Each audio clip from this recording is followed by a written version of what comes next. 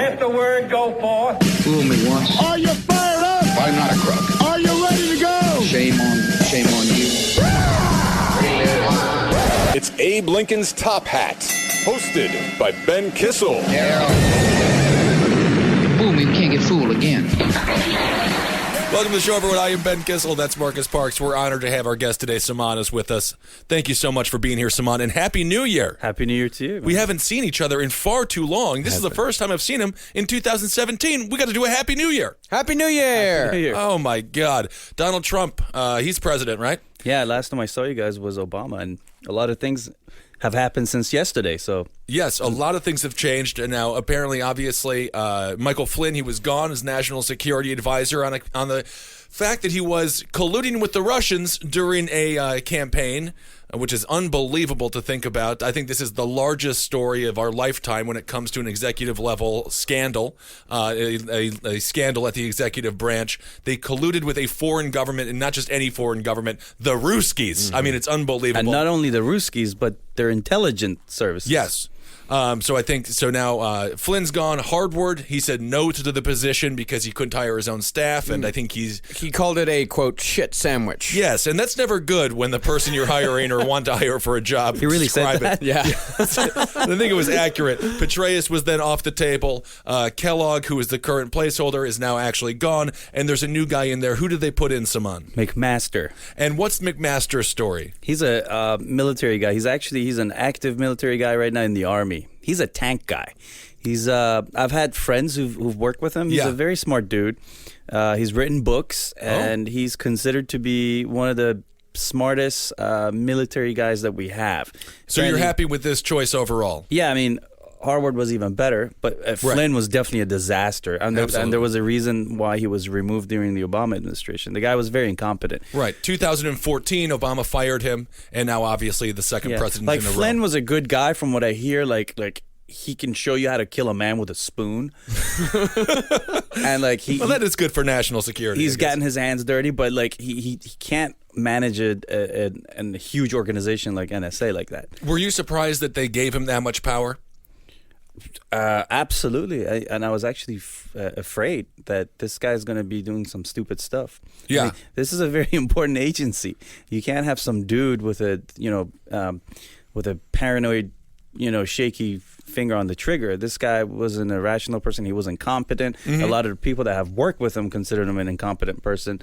They were worried about working with him. Right.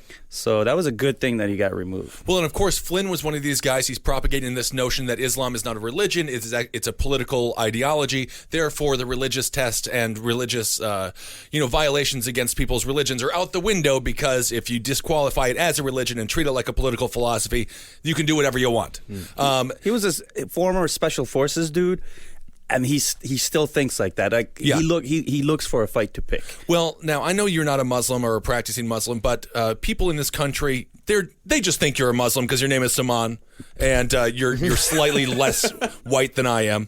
Right. How has your life changed under President Trump? I mean, obviously we saw the rollout of the travel ban, which now they're going to be reinstating. They're rewriting it to make it constitutional, or at least as they deem it to be constitutional. How has your life personally changed under Donald Trump? Because we forget how these freedoms and these and obviously, again, Obama deported so many people, and his foreign policy was atrocious, and killed many Muslims, but the rhetoric was different and the tone of the country was different.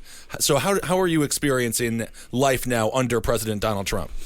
Mine really, I wasn't really impacted by it, but truthfully, as a kid when I moved to the States, I didn't fear this much of a difference between me and another person. Even though I live in New York, it's a different thing. But when you hear this guy talk about Muslims and banning Muslims and how scary they are and how horrible they are, you got to be worried about them. For a second, even me as a non-Muslim, kind of like atheist Shia Muslim, I considered myself a Muslim, and I found myself having to defend for a religion that I don't even really believe in.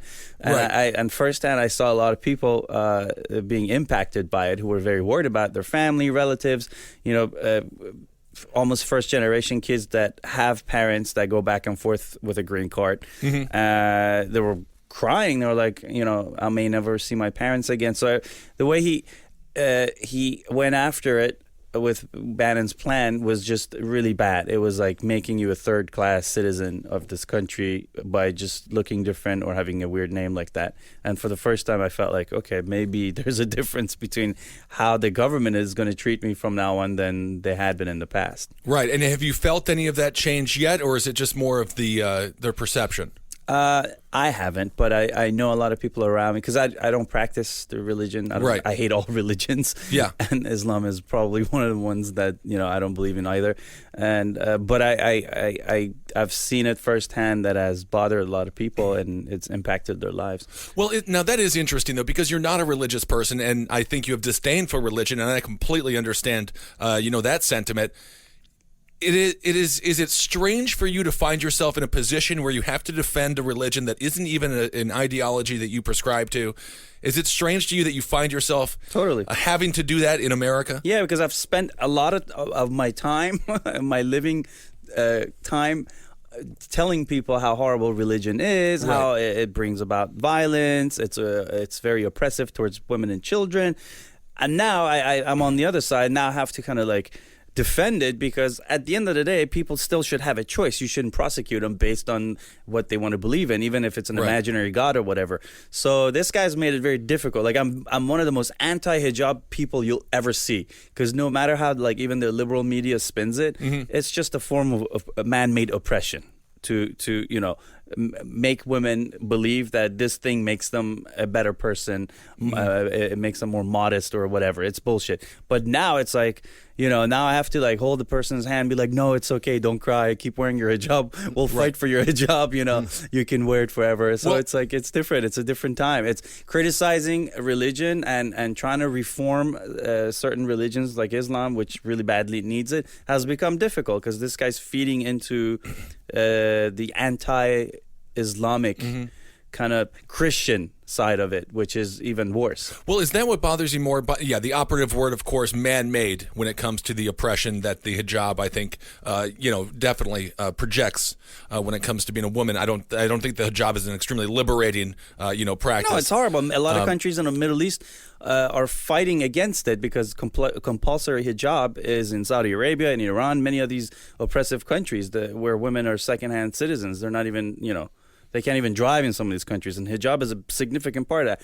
But in the West, we see it differently because even though they have the choice of wearing it, the rhetoric that comes out of these white nationalist Christians is so anti-Islamic that hijab is almost becoming a flag in the middle of all this thing. Yeah, I mean, how do you feel about that? As like being someone who is anti-religious or somebody who doesn't believe in religion and doesn't believe in these. Like, how does it feel to have to defend that type of stuff? Because that's one of the things that I'm kind of struggling with a little bit myself. Because this like religion, is a lot of times kind of a negative thing, and I think that's something that a lot of people are struggling with right now. Is that they believe that a lot of times religion can be a negative thing, but now we're finding ourselves having to fight for a religion. Sure. Look, religion's a negative thing anyway. Like, the more we're evolving, the less people believe in their religion. Even like the Catholics aren't the same Catholics anymore. They all have premarital sex, they do drugs, they drink, whatever, birth control. So it has evolved. It's changed into something else. Like Judaism was one of the first most insane religion we've ever had, and ever since we've copied that same thing, modeled it for Christianity and Islam. But they have all evolved, and Islam is the last one out of all these three. It's only 1,400 years old, and it's going through its not infancy, but teenage years, the rebellion phase, which hasn't evolved yet. And it should, absolutely should. And it's up to other Muslims or former Muslims to help it reform.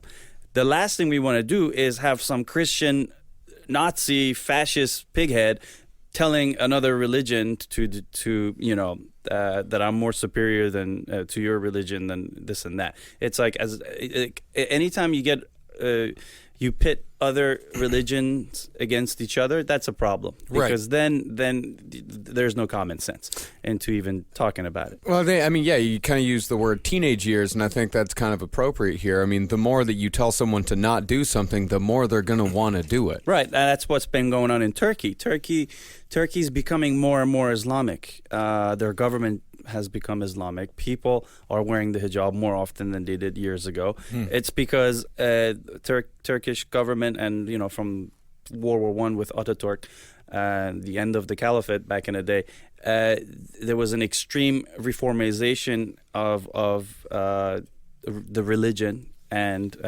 Islamic laws within the system, that now it's becoming a rebellious kind of act of putting the hijab on and becoming a better Muslim. Sort of an unintended consequence of the Trump presidency. And let's talk about Iran and the Middle East. I want to talk about the 7 nations involved in the travel ban, get your perspective on that. I also want to clarify, if you are a religious person, that is fine. The religion has helped many people, meth addicted or whatever it might be. I'm not saying that all religion is bad or anything like that, but it can be negative. It can be negative. Absolutely. I totally agree. It's a personal thing. Yes, it's personal. You can believe in an apple.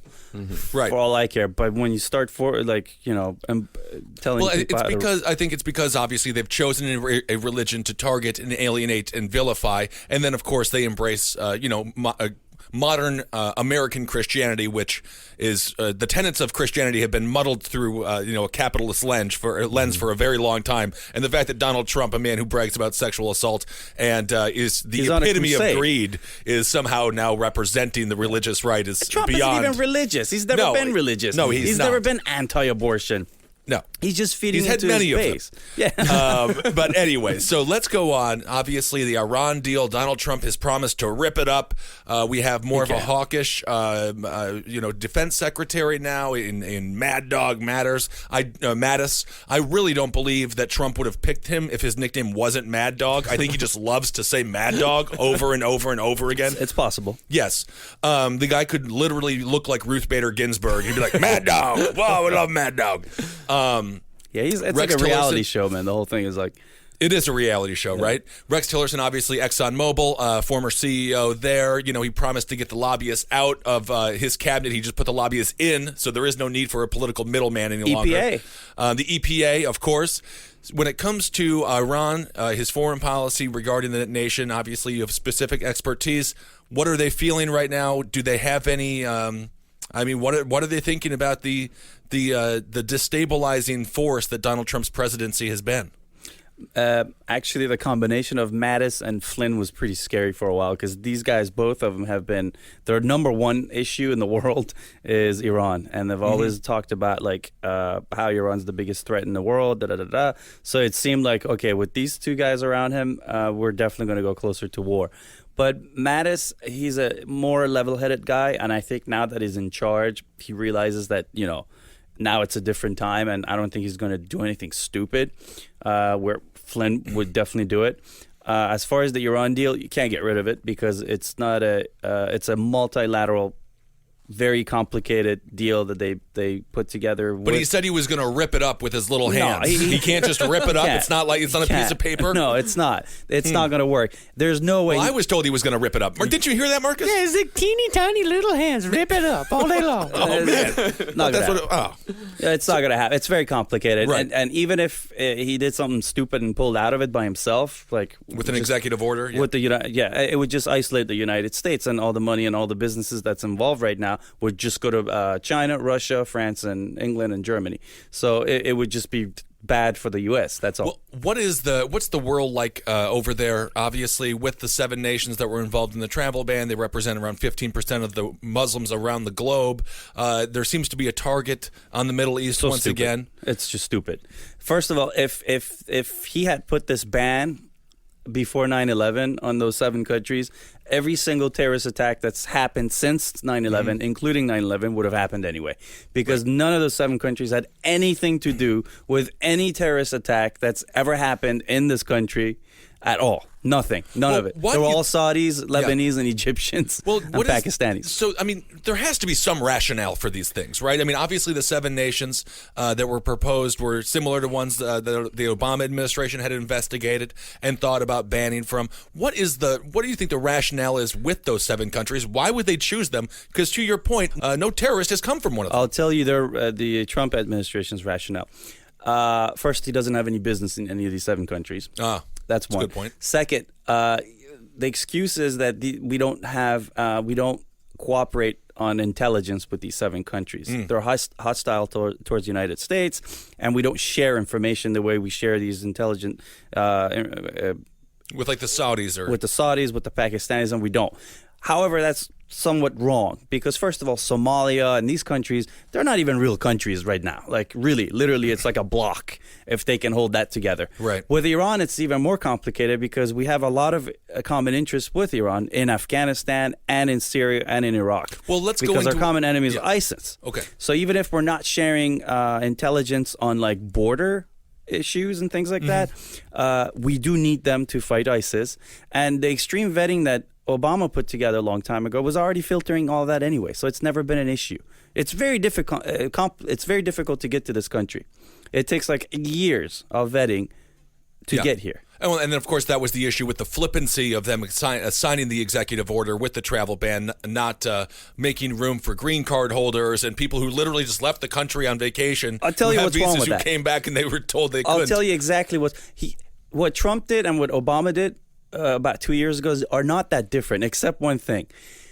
Obama did it covertly, without labeling it and without mentioning the exact names like that and calling it a Muslim ban. Where this guy, Bannon, he's a media guy. And these guys are Twitter people, social media. They did it overtly to get all the likes and the retweets and get a little hoorah from the base. So, Right. and therefore also not really from the government. They don't understand how this works. I can't tell you how many executive orders he's signed where I the believe next... he's at 12 at this point. And whatever organization or all organizations it actually affected, the next day all their lawyers were trying to figure out what the hell these guys are writing. Right. Usually this is done with their help. It's coordinated. So when it's sent out, all the agencies know exactly what to do. These guys just wrote some shit up over the night. Next day, not a single airport knew what's going on. Right. Nobody knows what's up. And it affected a lot of people, including people who were awaiting visas and were holding green cards. So how did that play internationally? It was a debacle because we had hundreds of thousands of people displaced, waiting in waiting rooms around the world in airports. Right. And it sent paranoia throughout the country because it sounded like some serious Hitler shit going down. Yeah. Do you think that he understands the international ramifications of him swiping a pen on a pad of paper to make an executive order No. come into existence? Well, it's not that he doesn't understand; it's that he doesn't care. Does he not get? He's not smart enough to think about these all things. all he cares about is if people like him or not. I know, but the people Right. are not liking him right now. His approval rating is anywhere from 37% to 45%, and this is a month in. Usually we give him a grace period. Yeah, I think I did see a table today of how long it took other presidents to go below the 50% mark. Yeah. Most of them, it was well over a year. Well over a year. Some of them, it was 2 or 3 years. I mean, This Trump guy fatigue is a real immediately was a phenomenon. disaster. Yeah. We've had protests almost every single day, and there's always been they're lying about something almost every day. Right. The media's just confused as fuck to Well, what's going on. You know, it's interesting you mentioned media. Obviously, Bannon, the head of Breitbart, which is apparently real news, which I did not know. Breitbart. Everything else is fake news, Have you but read that Breitbart's stuff? real news. Do you ever check their site? Yeah, of course. It's of course. frightening. Andrew Breitbart, I know some people who knew him very well. I do not believe he would be happy with the site, and I think they totally bastardized the Breitbart name. But that's a whole other story. Milo, by the way, will not be speaking, the keynote speaker at CPAC, because he's against women, he's against trans, but he's pro-pedophile. Pro-pedophile, That's where apparently. that was the one that stuck. That was the line. That was the line for them. He's But also I don't want to talk gay, about him. and his partner's black, and Yeah. he's also his ex was black Muslim. Oh, he's Teflon. He's a wonderful guy. Whatever. We don't want to give him any airtime here. But when it comes to listening to Donald Trump's rhetoric regarding the media, fake news, everything is lies about me. As someone who is a Middle East scholar, does it remind you of the Ayatollah? It's exactly. Look, when facts are no longer the reality, and we call them fake news, Yeah. and facts don't matter. That's like the beginning of fascism. Now, give our listeners that may not have listened for a long time, give them a little bit of your background. Well, born in Iran, and then we had the revolution, then the dictatorship came. So I left as a kid, but then I became a journalist. I traveled throughout all these countries in the Middle East during the war and all that. So I've spent a lot of time in countries that are ruled by really horrible dictators. What countries? I was in Lebanon, Afghanistan, Iraq, Syria, Lebanon, Egypt, a couple of more. I can't remember. But they're all tyrants, and Right. their biggest enemy is the news, and they're constantly fighting the news. That's why they're trying to jam the satellites. They filter the internet because they don't want real news from outside to get in these countries. They try to totally block it. News to them is the number one enemy. But even before that, if you go back, look back in history, that's how even like people like Hitler and Stalin started. They close down the media so they can control the masses with their fake news, and that's the begin. And it sounds weird, like a lot of people are listening right now saying, "Oh, that would never happen to the United States." Right. And it may not, but a lot of people didn't think it would happen in Germany back in the day. Or no in one Iran. believed Hitler would ever rise to power. Right. Every time he won, they're like, "Oh, he got lucky. It's not going to happen for the next round." It's sort of like what we're dealing with Trump right now. Well, it's funny we talk about religion. There was just a person, Donald Trump. He gave a campaign speech in Palm Beach, Florida. It was paid for by the campaign for his 2020 re-election run. If I think they're very optimistic, thinking that he's going to get there, because I think this Russian scandal is possibly impeachable. With that, and then we could see President Paul Ryan in 2 months for all we know. It's at this impeachable, point, but we can talk about that actually later. Yeah, let's talk about that. When it comes to religion, there was a person that Donald Trump brought on stage, and he said that he has a 6-foot cardboard cutout of Donald Trump, and he prays to it every single day. Very, Well, he didn't North say Korean. praise to it. He said he salutes it. He salutes and salutes prays it for every Donald day. Trump's health. Yeah, Yes, yeah, okay. yeah. What's But the first but thing you see if you go to a dictator country? Exactly. You see statues, you Right. see posters, and you Banners. see people worshiping these statues and these Well, posters. that's what was so interesting. We watched a lot of your raw footage from when you were filming in Afghanistan when women got the right to vote. He was there. I mean, it was fascinating. The signs are all the politicians. The billboards, it's all politicians. They're just Right. everywhere. They're constantly occupying the mind of their constituents. Now, are you seeing, when it comes to Donald Trump, obviously we like to think that we have enough rules in place that would deter someone from rising to dictator status. Are you seeing any slippery slopes other than the media and things like that living through the Iran Revolution? Is there a comparison there? Not as extreme because that happened so quickly and it was so overnight and it was a violent uprising. It was it was a revolution. We haven't had a revolution here. So it's not that bad, but there are a lot of red flags. Like, for example, when he tweeted that I'm going to send the feds to Chicago, that's frightening. And that nut job, Stephen Miller. Stephen Miller, when Jeff he Sessions' said- number one guy. When he said the president has the ultimate whatever power and he can do whatever and should not be questioned. Excuse me. You know what? Yeah. That's a no-no. And his attack on the media is a huge problem. And the whole thing about Russia is just this is the biggest scandal we've ever had. Yes. This, to be honest with you, the world has not seen this much instability, and I'm a pretty optimistic guy, since World War II. We've never had this much chaos on a global level, because whatever this guy does, it'll impact not just United States, but the rest of the world tomorrow. Well, let's talk a little bit about Russia. Obviously, I think Obama's foreign policy allowed the Russians to control the theater, the theater of war in Syria, passive. Yeah. and it sort of forced us to rely on the Russians in a way that we hadn't previously wanted to rely on the Russians, because they're an adversary for very good reasons. Yeah. Now, obviously, the Irans and the Russians are helping all of us fight ISIS. What is this new world alignment? What's this new arrangement? And do you think it is it possible that it could stabilize, or will it just continue to sort of spin out of control the way it is now? A lot of people think Obama was a great president. Well, he's ranked 12th right now in a poll, which is pretty good considering he's just out of office. I mean, W is in the top 20. I mean, I thought he was about the worst we could get. Obama was an okay president, but he was definitely not a good president. He did a lot of wonderful things here in the country, but as far as our foreign policy and our power went around the world, he totally destroyed it. And he allowed... In what ways? How did he do that? He was extremely... Look, he's a good guy. And he thought, if I'm going to be a good guy, then I'll be an example to the other people, and they're all going to be good people. Right. Like, Putin's going to, be a decent human being. Let's hit the restart button with Putin. It's bullshit. This guy's a former KGB nut. He's still whacking people off the streets of Moscow. Yep. He's the last, and he's if we're Coke, they're Pepsi. There's never going to be a good friendship here. It's not going to work out.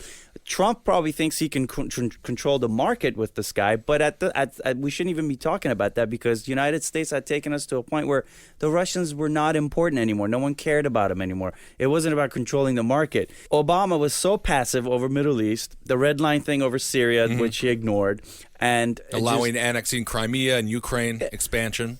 He took over Crimea. They tapped us. He knew about it. He put some bullshit sanctions on last minute. He was extremely passive on them, and Putin is back in business. He rose. He did what he came to power to do the whole time, and that's to rise Russia back to where it was again. And we're worried about him now. Yeah. Well, I think what really hurt Hillary in the primary was no doubt the DNC leaks, right? Where it proved that they were colluding with the Hillary campaign in order to make sure that Bernie Sanders loses, the superdelegates, all this nightmare. It was a massive story.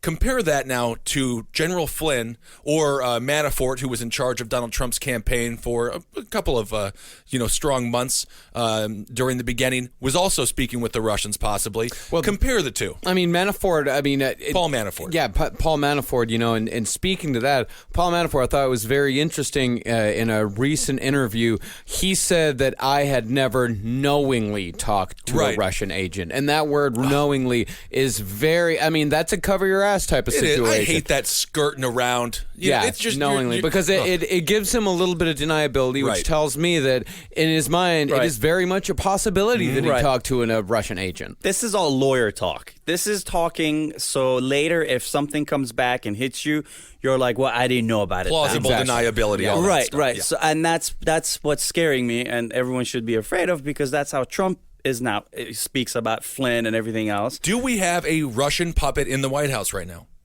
We definitely have the best thing that the Russians could have asked for to be in the White House right now. I don't know how much they definitely had an influence in it. I don't know how much they changed things around and made it happen, but they definitely got what they wanted, and they were active in making it happen. Now, what is their end game? Like, what is Russia looking for here? Because I think I think right now we're getting a lot of anti-Russian hysteria, but no one is actually talking about what Russia wants. What does Russia want out of all this? The first thing is to question our credibility as a democracy.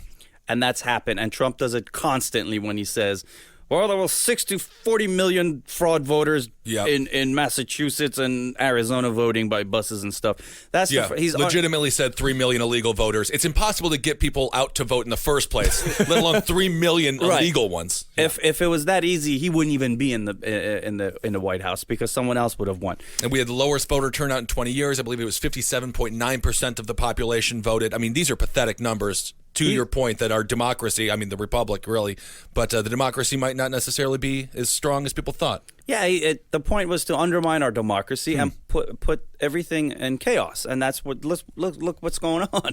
We're acting like a developing country, like we don't know what the hell is going on. We don't have control of anything, and he got what he wanted with NATO. NATO's all confused. They don't know what the hell's going on. We're talking about forget about it. We're picking fight with China, with Mexico, and we're letting NATO go on its own. So it's Putin wanted just chaos and a weaker country, and that's what we are today. And when you discuss NATO, I would assume you're referencing the fact that Donald Trump has said that he doesn't necessarily, an attack on a NATO nation isn't necessarily an attack on the United States. Well, he actually said, I wouldn't mind if we dissolved it. Right. Mm-hmm. So what is Russia looking at? Like, so why do they want to destabilize our country? Like, why do they want to destabilize our democracy? We're like, even though it's not the Cold War anymore, it's sort of coming back. It's the different ideologies that's always existed. It's the Russian imperialism sort of thing over the Baltics, around the world, their influence and their type of business doing and militarism, and there's ours. Theirs is very anti-democratic. Ours is very democratic. So we're always at odds when it comes to that. And we have bases around the world. We have the strongest economy in the world. We have the best military in the world. And to Russia, that's all a threat. That's all something that they need to destabilize and make weaker and make a joke out of it. And they've done a very good job doing that so far in the last 16 years, really. Oh, Started absolutely. with Obama. And with a leader like Donald Trump, who is now, as we talked about in the last episode, the two-state solution for Israel, he's like, What an well, idiot. maybe we can try that, but that's not the only way. But if you could ease back on the settlements, that'd be great. And now he is also against, Taiwan and China coexisting for the most part, because he had an interview with the leaders of those nations, and he changed his mind. Do you think when he actually speaks with Putin, the only not recorded conversation that he has had in office so far, which is extremely suspicious, what do you think those conversations are like? Honestly, I don't know, because this guy, you can't really. Like, he says something different than his own people are saying. Like, Right. Mattis yesterday in NATO, he gave a whole different talk about how United States behind NATO the whole time. So what he says and how people around him are behaving, including his own vice president, are two different things. And I can't see him talking to Putin like a mature adult. Right. To even think what he would say or what that press conference is going to sound like afterwards. So let's just say he has 4 years. Let's say he makes the full 4. He's not impeached. What do you think the Middle East looks like after a Trump presidency regarding his relationship with the Russians, Iran, ISIS, Syria? What happens in Iraq? Where do you see the world going? Well, first of all, Middle East has been a shit basket for 1,400 years. So it didn't all happen with George Bush. It's always been a mess. And it's always been stirred up by the Europeans, by the Westerners, to make it Right. worse all the time, especially after World War I. So I don't see it getting any better anytime soon. But one thing I do know is our national security is more insecure today because of the things Trump's doing in the Middle East than it was yesterday. For example, we need to work with these countries. Iraq, Iran, these countries that he just put on the Muslim ban, these are countries that we need to work with. For example, Iraq. You know how many informants we have in that country? You know how many people we have that we pay and we rely on their information to fight ISIS and other terrorists? Now, if you put them on shit list after having destroyed their country and reduced it to rubble, that's the worst thing you can do, because they're going to turn their back on you, and you're turning them into the biggest ISIS recruiting camps ever. When these guys that we trust and we need to work with to make these countries safer in order for us to be safer here, when you put them on shit lists, then it's making it worse for us here in the States. So he doesn't understand what he's doing with as far as Middle East goes, and this is basically the repeated history of Middle East and the meddling of the West in it. Well, of course, we had the Afghanistan war, which is a proxy war between the Russians and the United States, where we were fighting the Russians. But now it seems, do you think that Trump is just going to let Russia have it? Just let them have the entire region?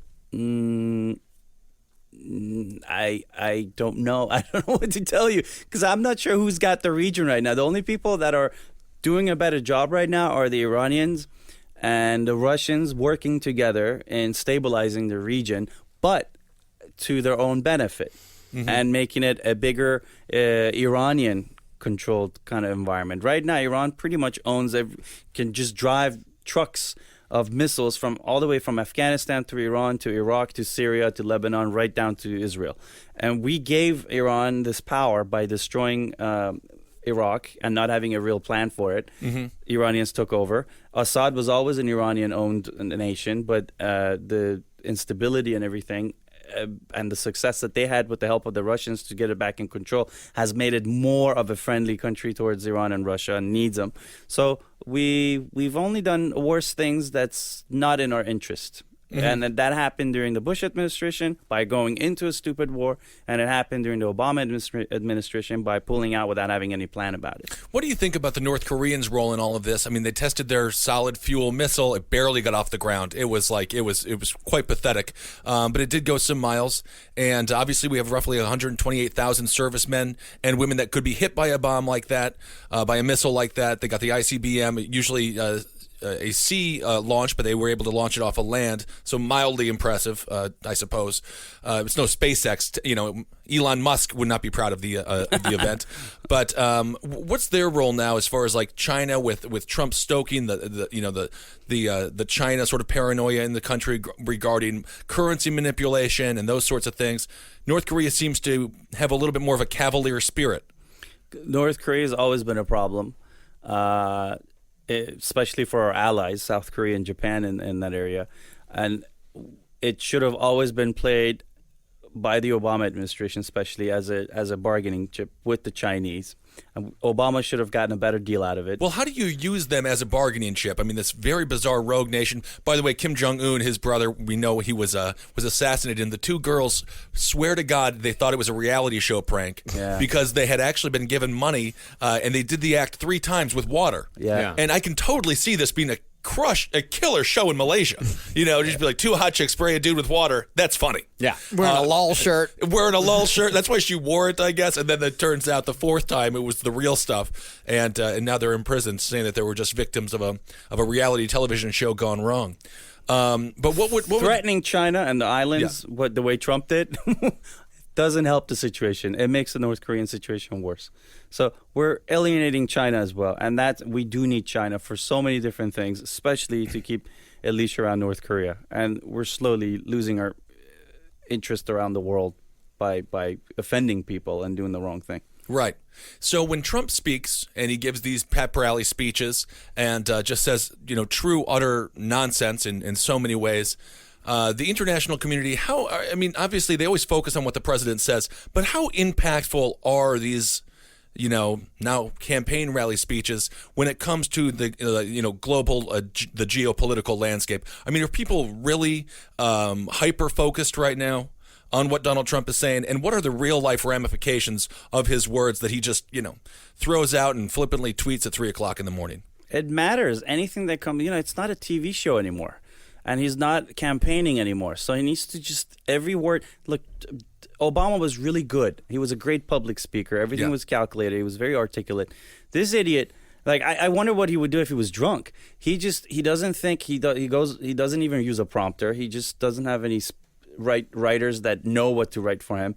And every word he uses matters, because everything you do as a president of the biggest, most powerful country in the world, it matters. When you can't just drop a thing about Sweden like that. And now I think the world, and including the media, understands that, and they know we have content. We got to get them back. For the first time, a country tweeted back saying, "Can you explain yourself, please? What the hell did you just say?" And for those, the teleprompter thing bothers me, by the way, because he reads off a piece of paper, so it is a teleprompter. It's the same thing. Yeah, but a teleprompter is simply just a delivery system for words, and he has another one in his hand. And his writers aren't that bright either. One of them is that Stephen Miller guy. Yes, absolutely not. So it doesn't even matter what's on the prompter. He's surrounded himself with a bunch of imbeciles. So for those that didn't hear, he said Sweden, they're having and let's talk about refugees and immigrants here. They had massive terror attacks in Sweden because the immigrant population is so out of hand. He wasn't even that specific about it. He was like, Joe, and this Sweden thing last night. Did you hear about this Sweden thing? Sweden, it's awful. Yeah, it's not even that articulate. And this is bad. You're offending a whole country. Imagine if you're Sweden and this guy comes up and throws some bullshit about you that doesn't even exist. Yeah. So they did the right thing. As smart Scandinavians as they are, they're like, "Can you explain what you're talking about, please? We need to know." And that's great. This guy needs to be. We got to hold him accountable for every word, every comma, every period he doesn't use. Oh, my goodness. So when it comes to immigration, obviously the refugee problem, it's a problem that our foreign policy created, or at least helped create, without a doubt. The Germans are dealing with it. Obviously, Brexit is in response to their refugee problem, I believe. I mean, we were over in London and we saw they were living in, they're just basically homeless. They also regret it, too. That was a Trump thing they pulled, too. Not enough people voted. Oh, Brexit. Yeah, and people didn't think it was going to happen. Right. After it happened, the whole country was in shock. They're like, what? Kind of like what happened to us on November 8th. Well, yeah, Google searches for what is Brexit went through the roof, but they should have done that the day before. Yeah. But that's so. And a lot of people that did it regretted it. They're like, I can't believe it's happened. Yeah. It's just like now when you get people that are saying like, "Oh man, I thought you were going to get rid of Obamacare, not the ACA." Yeah. Right. Oh my God, don't even. That is insane. Yeah. And of course, we talked about on the last episode. The one good thing about Donald Trump is these conservatives can no longer look at a presidency that Hillary Clinton might have had and be like, Trump would have done ...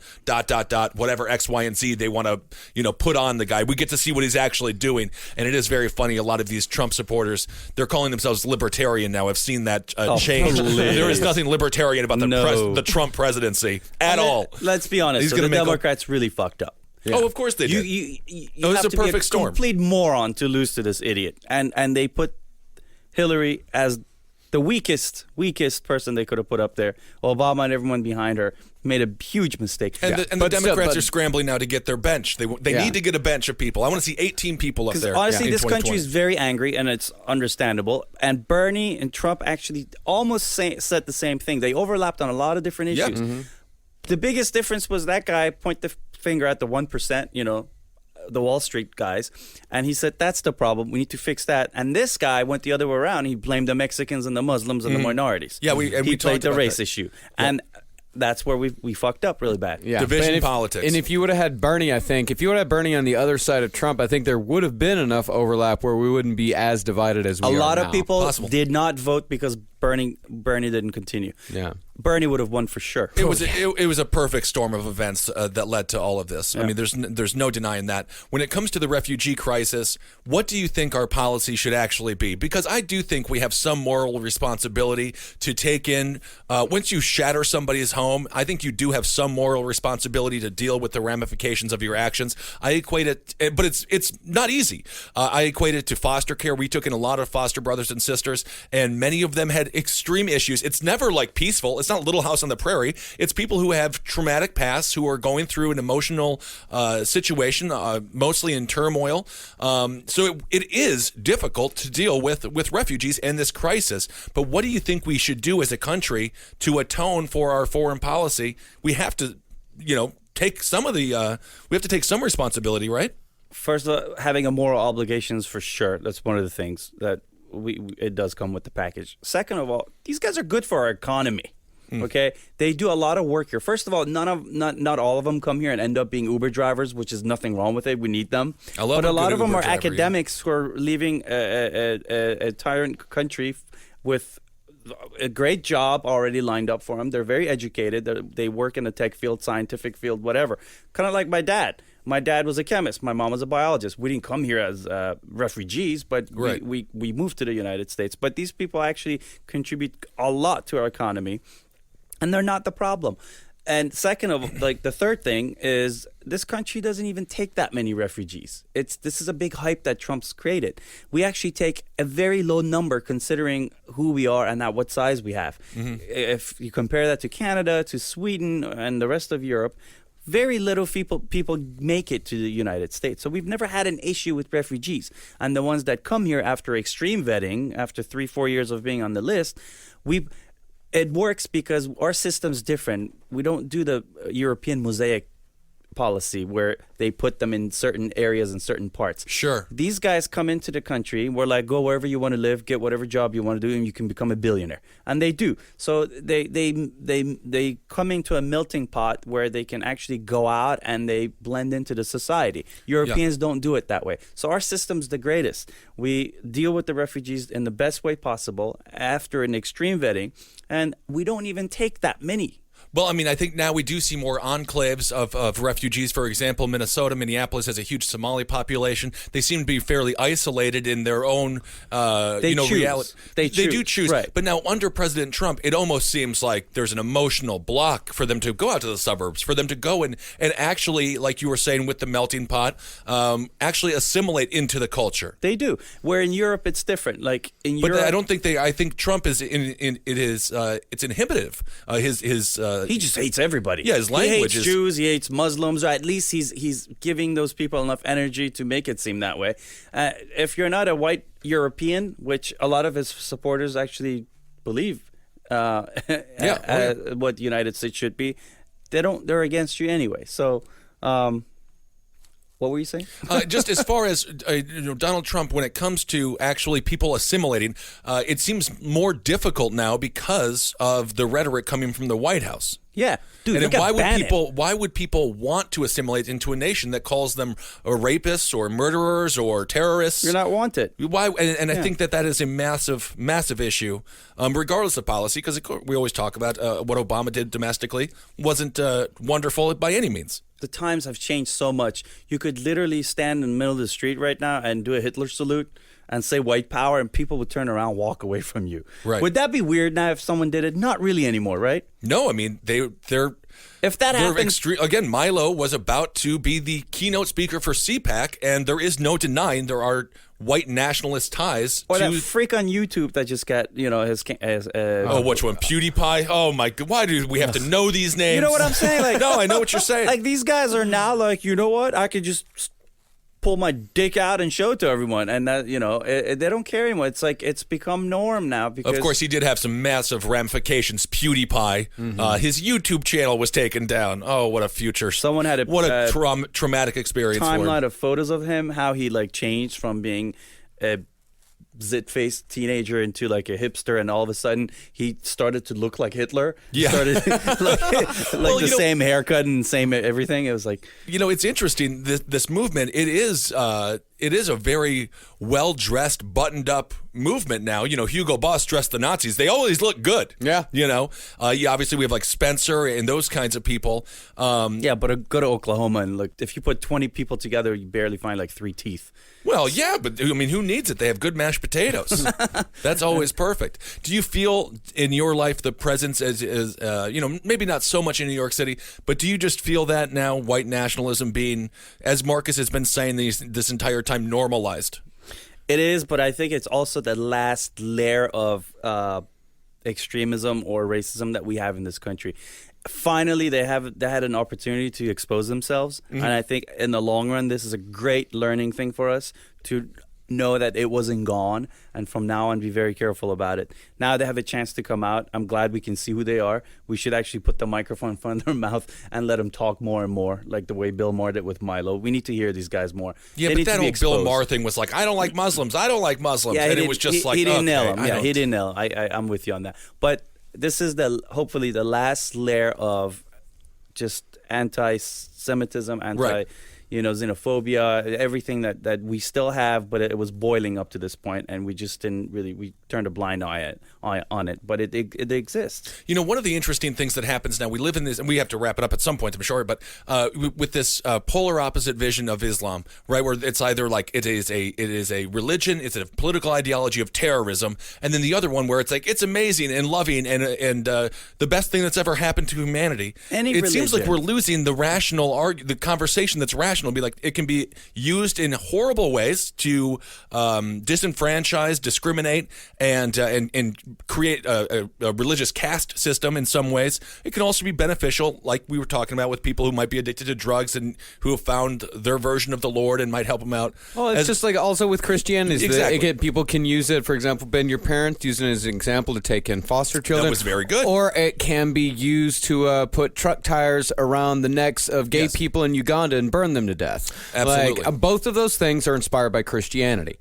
That does not mean that Christianity should be outlawed. That does not mean that we should keep Christians out. It just means that there needs to be more of a conversation had That's here. the beauty of this country, and that's why it's so weird to even talk about it now, because our First Amendment was put together by a bunch of deists that we call now atheists. And they understood how religion could fuck things up down the future, and they actually put together a wonderful constitution to put all this stuff aside. You do what you got to do based on whatever religion you have or this and that. Last thing we ever expected was to talk about Muslim bans and things like that. We should never have a Christian ban, Muslim ban, Buddhist ban, no ban. Not in this country. It's just very un-American. And let's be fair, not all Trump voters are white Nazi fascists. No, that's absolutely not. A lot of people are angry. They haven't seen, the life expenses are going up. Yep. Property, you can't buy a house anymore. You could maybe 40 years ago, not anymore.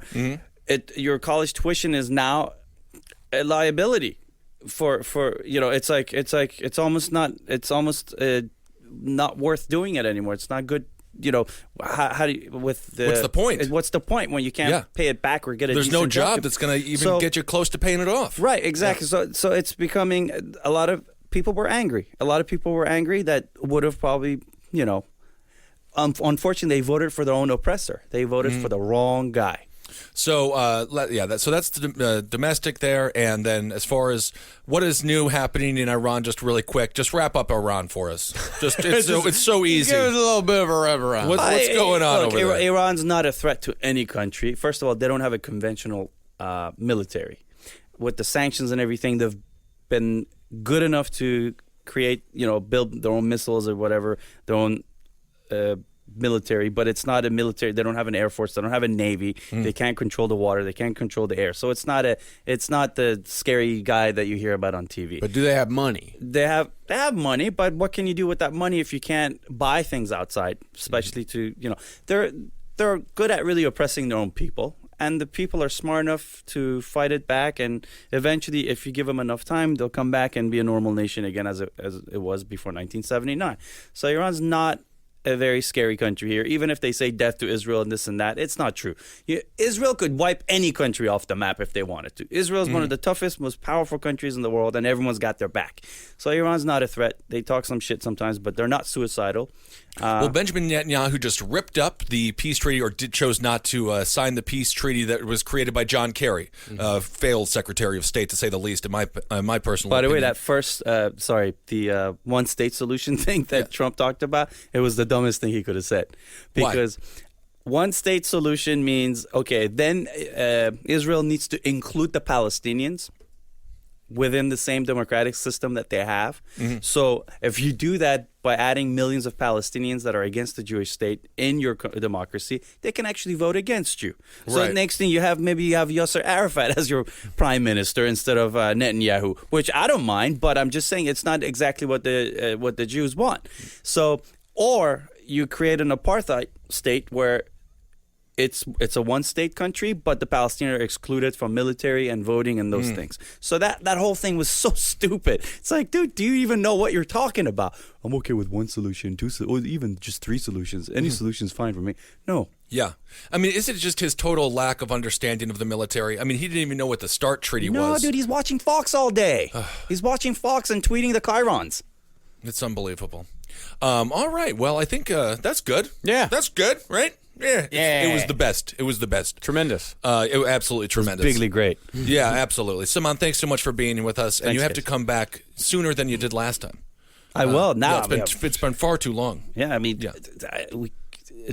3 days goes by and you can't even talk about what happened 3 days ago because so many other things add up on top of that. Oh, I know. I mean, it really does. I mean, it is causing everyone to sort of lose focus on the larger issues, I think, in a lot of ways, because all these little issues, all of these little tweets are getting so much steam because they're so ridiculous. Health. Where is that conversation? Yeah, well. You know, I mean, obviously, Betsy DeVos certainly spurred a lot of conversation in this country. Thoughts on DeVos? You don't like her? Okay. What a nightmare. That seems to be the going. I would have had the going sentiment. I would rather have John Wayne Gacy instead of DeVos. Really, John Wayne Gacy? Huh?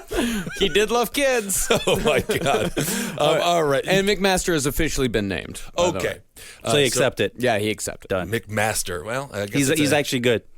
Well, that's good. I hope he has to get some rational people around. We talked about it on the last episode. His bubble is becoming smaller and smaller and smaller as Trump slowly purges anybody who has said anything bad against him in the history of their lives. McMaster once wiped out a whole division of Iraqi tanks with like a platoon of tanks. He wiped out like 120 tanks with only like 7 tanks in 15 minutes. Oh, really? There's books on it. He's a beast. He's like but he's also level-headed. He's not stupid. Okay. Awesome. You can find Marcus Parks on Twitter at Marcus Parks. I'm on Twitter at Ben Kissel. Is there anything you want to promote? No. Thanks for having me. Awesome, guys. Thank you guys so much for listening, and we'll talk to you soon. For more shows like the one you just listened to, go to cavecomedyradio.com.